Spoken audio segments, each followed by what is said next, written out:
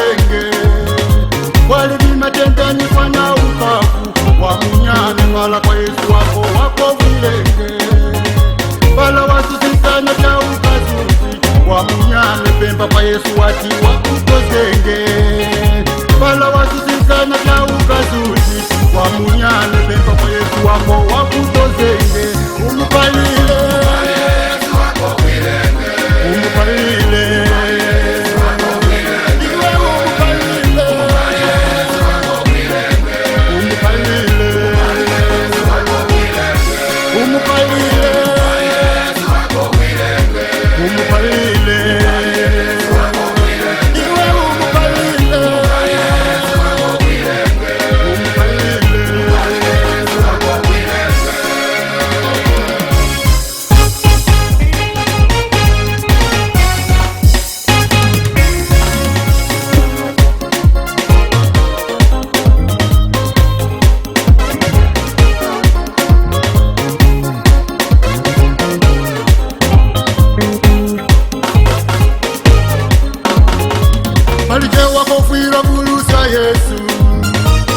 kutemba mabwezi awo inawo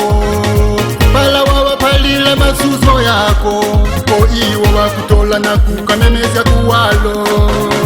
weni pala wamupalila Yesu wamunyane wakumanya yekana kukovila